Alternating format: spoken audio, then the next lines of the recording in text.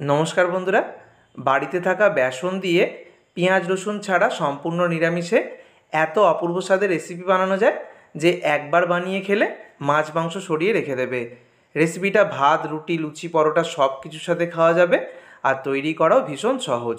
তো রেসিপিটার জন্য এখানে আমি 200 গ্রাম মটর ডালের বেসন নিয়েছি, তোমরা ছোলার ডালের বেসনও নিতে পারো। বেসনের মধ্যে প্রথমেই দিয়ে দিলাম হলুদের গুঁড়ো, তারপর দিয়ে দিচ্ছি কাশ্মীরি লাল লঙ্কার গুঁড়ো, এবার দিয়ে দিচ্ছি জিরে গুঁড়ো, তারপর দিয়ে দেবো ধনে গুঁড়ো।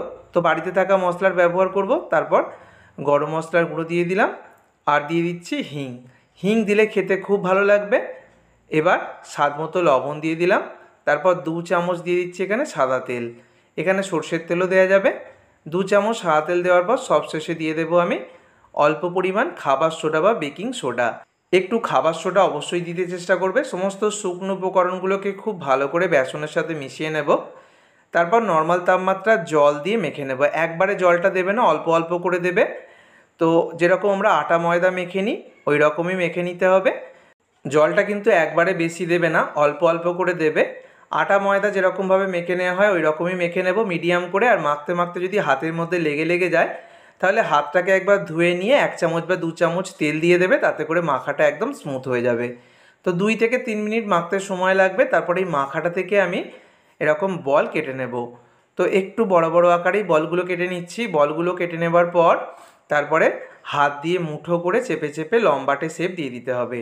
লম্বা আকারে শেপ দেবো। হাত দিয়ে যতটা সম্ভব লম্বা করে নেবার পর দুটো হাতের সাহায্যে ঘুরিয়ে এইভাবে লম্বা করে নিলাম। দুটো হাতের সাহায্যে ঘুরিয়ে তারপর তালু দিয়ে চাপ দিয়ে দেব আর এইভাবে চেপে নিতে হবে। এইভাবে প্রত্যেকটাকে করে নেব, খুব সহজ ব্যাপার। লম্বা করে নেবার পর চেপে এইভাবে করে নেব। তারপর দেখো এখানে নিয়েছি আমি চামচ, অথবা নিতে পারো আইসক্রিমের কাঠি অথবা টুথপিক। আমি টুথপিক দিয়ে দেখাচ্ছি, তোমরা চামচ বা আইসক্রিমের কাঠি দিয়ে করতে পারবে। চামচ তো সবার বাড়িতেই থাকে। এরকম টুথপিকটাকে মাঝখানে রেখে বেসনের ওই মণ্ডটাকে দুটো দিক থেকে টেনে দুটো হাতের সাহায্যে গোল করে ঘুরিয়ে শেপ দিয়ে দেবো। এইভাবে খুব সহজেই টুথপিকের মধ্যে বেসনের অংশটাকে রাখা হয়ে যাবে। আরও একটা দেখিয়ে দিচ্ছি, খুবই সহজ ব্যাপার। দেখতেই পাচ্ছ, মাঝখানটা রাখলাম, দুটো দিক থেকে টেনে ধরলাম, তারপর দুটো হাতের সাহায্যে গোল করে ঘুরিয়ে দিলাম। দুটো সাইডকে একটু চেপে দেব। তো এইভাবে করে সবগুলোই আমি করে নিয়েছি, খুবই সহজ ব্যাপার। তারপর কড়াইতে আমি জল গরম হতে বসিয়ে দিয়েছিলাম। জলটা যখন ভালো মতো গরম হয়ে যাবে, মানে ফুটে ওঠার ঠিক আগের অবস্থায়, তখন আমি এক এক করে এগুলো দিয়ে দেব। তো আবারও বলছি, এগুলো খুব সহজে তোমরা চামচ দিয়েও কিন্তু করে নিতে পারবে, কারণ টুথপিক বা আইসক্রিমের কাঠি অনেকের বাড়িতেই থাকে না। আর দেবার পর জাস্ট একটু হালকা হাতে নেড়ে চেড়ে দেবো যাতে কড়াইয়ের নিচের দিকে লেগে না যায়। তো তারপরে 6 মিনিট মিডিয়াম ফ্লেমে এগুলোকে জাল দিয়ে ফুটিয়ে নিতে হবে আর ভালোভাবে সিদ্ধ হয়ে যাবে। তো ঠিক 6 মিনিট পর আমি দেখাচ্ছি, গ্যাস অফ করে দিলাম। এগুলো কিন্তু ভালোভাবে সিদ্ধ হয়ে গেছে। তারপর তুলে নেব। তো এগুলোকে পুরোপুরি ঠান্ডা করে নিতে হবে তুলে নেওয়ার পর। আর যে জলটা অবশিষ্ট রয়েছে সেটা কিন্তু ফেলবো না, এটা কিন্তু তরকারিতে ব্যবহার করব। দেখো, এটা কিন্তু ফেলে দেবে না। তো এটা ব্যবহার করার পর যদি জল দিতে হয় সেটা তোমরা দিতে পারো। সম্পূর্ণ ঠান্ডা করে নিয়েছি। সম্পূর্ণ ঠান্ডা করে নেওয়ার পর এবার যে স্টিকগুলো, মানে যে টুথপিকগুলো, সেগুলোকে আমি খুব সহজেই বার করে নেব। তো এইভাবে সব কটা থেকে আগে স্টিকগুলোকে বার করে নিচ্ছি। সবগুলো থেকে বার করে নেবার পর এবার ছুরি দিয়ে কেটে নিতে হবে। দেখো, খুব সহজেই কেটে নিচ্ছি আর খুব স্পঞ্জি একটা ব্যাপার এসছে, সেটা তোমাদেরকে দেখিয়ে দিচ্ছি। যেহেতু খাবার সোডা দিয়েছিলাম, দেখো ভিতরে কত সুন্দর একটা জাল জাল বা জালি জালি ভাব সৃষ্টি হয়েছে আর ভীষণ নরম বা সফট হয়, খুব সুন্দরভাবে হয়ে গিয়েছে আর দেখতেও খুব সুন্দর হয়েছে। দেখো, প্রত্যেকটা কেটে নিয়েছি। এবারে আমি একটা গ্রেভি বানানোর জন্য মিশ্রণ বা পেস্ট করে নেব। তার জন্য কিছু কাজু বাদাম, 1 মুঠো মতো চারমগজ দিয়ে প্রথমে মিক্সার জারের মধ্যে ঘুরিয়ে নেব। খুব ভালো করে ঘুরিয়ে নিয়েছি, দেখতেই পাচ্ছ। তো প্রথমে কাজু বাদাম আর চারমগজটাকে ঘুরিয়ে নেবার পর এবার দিয়ে দিচ্ছি টমেটো। তো এখন টমেটোর দাম অনেক বেশি, চাইলে টমেটো বাদ দিতে পারো, সেক্ষেত্রে টমেটো সসের ব্যবহার করতে পারো রেসিপিতে। তারপরে আদা কুচি, কাঁচা লঙ্কা কুচি, ঝাল বুঝে আর একটু জল দিয়ে দিলাম। এবার সব কিছুকে একসাথে ঘুরিয়ে নিলেই একটা সুন্দর পেস্ট হয়ে যাবে, দেখতেই পাচ্ছ। তো পেস্টটা করা থাকলে রেসিপিটা বানাতে ঝটপট হয়ে যাবে, বেশি সময় লাগবে না। তারপর কড়াইতে সর্ষের তেল দিয়ে দিলাম। তোমরা সাদা তেলেও ভাজতে পারো, আমি সর্ষের তেলে ভাজছি। তারপর কেটে টুকরো করে রাখা অংশগুলোকে দিয়ে 2 মিনিট মতো ভেজে নিতে হবে।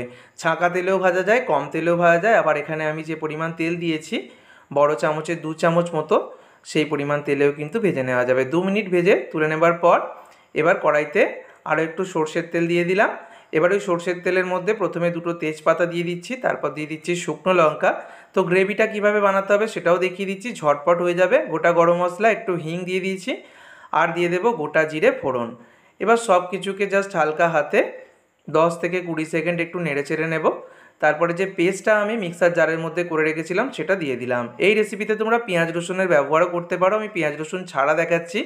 পেঁয়াজ রসুন ছাড়াও দুর্দান্ত খেতে হয়। তারপর হলুদের গুঁড়ো, কাশ্মীরি লাল লঙ্কার গুঁড়ো, জিরে গুঁড়ো, ধনে গুঁড়ো দিয়ে দিলাম। দিয়ে দেবো স্বাদ মতো লবণ, আর দিয়ে দেবো চিনি। চিনি দেওয়াটা সম্পূর্ণ অপশনাল, তবে একটু চিনি দিলে খেতে ভালো লাগে। তো সব কিছুকে মশলার সাথে খুব ভালো করে কষিয়ে নিতে হবে। খুব ভালো করে কষিয়ে নেবার পর তারপরে মিক্সার জারটা ধুয়ে আর একটু জল আমি দিয়ে দিলাম। তারপরে খুব ভালো করে এটাকে আরও মিনিট দুয়েক মতো সময় ধরে হাই ফ্লেমে কষিয়ে নেব। তো আরও 2 মিনিট পর আমি তোমাদেরকে দেখিয়ে দিচ্ছি, দেখতেই পাচ্ছ খুব সুন্দর একটা লুকস চলে এসছে। এবার আমি দিয়ে দিচ্ছি ফেটিয়ে রাখা টক দই। 2 চামচ মতো বড় চামচের ফেটিয়ে রাখা টক দই আমি দিয়ে দিলাম। টক দইটা দেওয়ার সময় গ্যাসের ফ্লেমটাকে একদম কমিয়ে দেবে। তারপর খুব ভালো করে আমি কষিয়ে নেব। খুব ভালো করে কষানো হয়ে গেলে এবারে আমি যে বেসন সিদ্ধ করা জলটা প্রথমে যেটা রেখে দিয়েছিলাম সেটা দিয়ে দিলাম। এটা কিন্তু অবশ্যই দেবে, তরকারিটার টেস্ট খুব ভালো আসবে। একটু ফুটে উঠতে শুরু করলে ধনেপাতা কুচি আর কসুরি মেথি যদি বাড়িতে থাকে দিয়ে দেবে। কসুরি মেথিটা দিলে খেতে খুব ভালো লাগে, যদি না থাকে বাদ দিয়ে দেবে। তো খুব ভালো করে আর একটু নেড়েচেড়ে নিয়ে গ্রেভিটাকে একটু ফুটিয়ে নিয়ে তারপরে আমি আগে থেকে ভেজে তুলে রাখা বেসনের টুকরোগুলো দিয়ে দিলাম। তো এগুলো যেহেতু সিদ্ধ করা রয়েছে তারপর ভাজা রয়েছে, তাই রান্না করতে একদমই বেশি সময় লাগবে না। তো গ্রেভির মধ্যে লো টু মিডিয়াম ফ্লেমে 5 মিনিট মতো রান্না করে নেব। আর 5 মিনিট পর আমি তোমাদেরকে দেখাচ্ছি। দেখো কত সুন্দর লুকস চলে এসছে। এগুলো কিন্তু ভিতর পর্যন্ত জুস টেনে নেবে। গ্রেভিটা কীরকম রাখতে চাও সেটা তোমাদের নিজস্ব। গ্রেভিটা তোমরা একটু বেশিও রাখতে পারো, আবার এরকম মাখা মাখাও করে নিতে পারো। ভাত, রুটি, লুচি, পরোটা সব কিছুর সাথেই খাওয়া যাবে। শেষে একটু গরম মশলার গুঁড়ো ছড়িয়ে দিয়েছি। তাহলে বন্ধুরা অবশ্যই বেসনের এই দুর্দান্ত রেসিপিটা বাড়িতে ট্রাই করো, সবার ভীষণ ভালো লাগবে। সকলকে ধন্যবাদ।